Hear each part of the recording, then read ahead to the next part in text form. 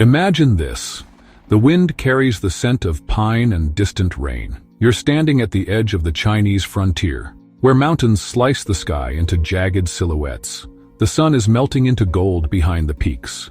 From the horizon, a solitary figure approaches, riding a slow, deliberate water buffalo. His robe flutters like an ancient banner. His beard, long and white, catches the last shards of light. He passes you without a word, eyes fixed on the road ahead, disappearing into the wilderness. And history never sees him again. According to legend, this is Laozi, the Old Master, the founder of Taoism, a man whose name became synonymous with mystery, harmony, and the eternal Tao. But here's the twist. We're not even sure he existed. And yet, for over 2,000 years, this perhaps mythical figure has shaped philosophy, politics, religion, art, and even science. His book, the Tao Te Ching, is one of the most translated works in human history, whispered by poets, quoted by generals, and meditated upon by hermits. So why has a figure who may never have walked the earth left such deep footprints? And how did a slim book of riddles become a guide for both emperors and wanderers? To understand that, we need to enter a China on the brink of collapse, and maybe the very space between history and legend itself. The 6th century BCE, the Zhou dynasty, once the unshakable backbone of Chinese civilization, was crumbling. Royal authority had withered into hollow rituals. The real power lay in the hands of regional warlords, each styling himself king, and each hungry to devour the others. But political chaos has a strange side effect. It breeds an intellectual wildfire. This was China's 100 schools of thought period, a time when thinkers clashed not on battlefields, but in ideas. It was China's equivalent of ancient Greece's classical age or India's Upanishadic revolution. Confucius preached the power of hierarchy, respect, and ritual. Laozi argued for universal love and meritocracy. The legalists demanded unbreakable laws and absolute obedience. And then there was something quieter, a philosophy that didn't bark orders or promise quick fixes. One that whispered, "The universe already moves perfectly. Wisdom lies in flowing with it, not against it." That whisper would grow into Taoism. Legend says Laozi was the royal archivist in the Zhou court, a man who had read the secret histories of kings, the rise and fall of dynasties, and the patterns of human folly. Imagine sitting in a vast library, scrolls stacked like the ribs of ancient whales, each one a record of ambition, betrayal, and downfall. One day, weary of politics and corruption, Laozi mounted his buffalo and headed west, toward the borders of civilization. When he reached Hanggu Pass, the gatekeeper, Yingxi, recognized him. "Master," Yingxi pleaded, "before you vanish, write down your wisdom."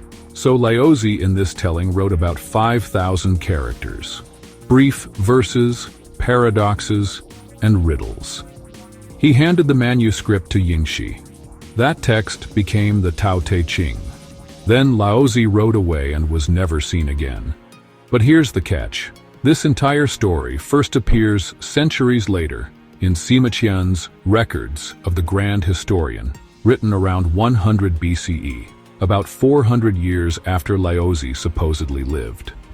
That's like trying to write the biography of a man from the year 1600 with no surviving documents, relying only on rumor and folklore. Before we go deeper, a quick challenge for you. If ancient wisdom can survive 2,000 years without a single verified photograph, surely this video can survive in your YouTube feed. Subscribe now, and let's keep history alive together. The Tao Te Ching is nothing like other foundational texts. It's not a law code. It's not a sermon. It's 81 short chapters, some only a few lines. The Tao that can be spoken is not the eternal Tao. The name that can be named is not the eternal name. It's part political manual, part mystical riddle. In one chapter, it advises rulers on how to govern without force. In another, It reads like instructions for achieving inner peace. Modern linguists noticed something strange. The text seems to have layers from different time periods, suggesting multiple authors over generations. Could Laozi have been less a man than a brand? A symbolic name attached to centuries of accumulated wisdom? Some ancient sources insist Laozi lived to be over 160 years old. Others go further, claiming he traveled west to India, where he became the teacher of the Buddha. That's almost certainly a myth, but it shows how storytellers wanted Laozi to transcend borders and cultures.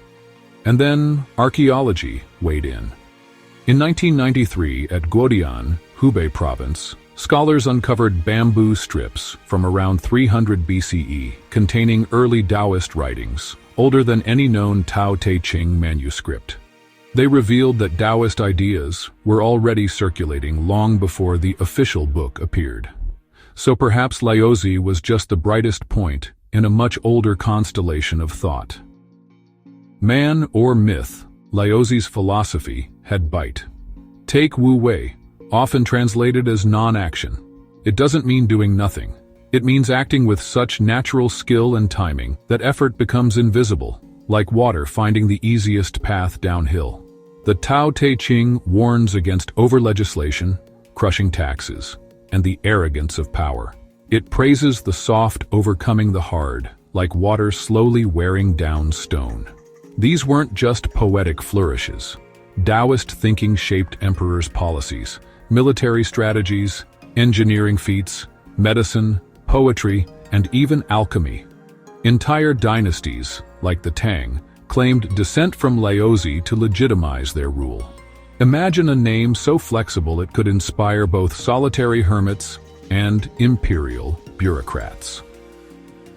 By the late Han Dynasty, Laozi wasn't just a thinker, he was divine. Temples across China enshrined him as one of the three pure ones, the highest deities in Taoism.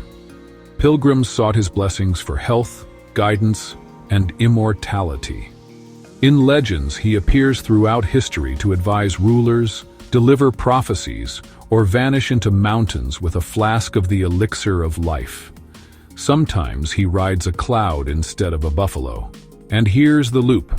A man whose existence is uncertain becomes, in the minds of believers, immortal.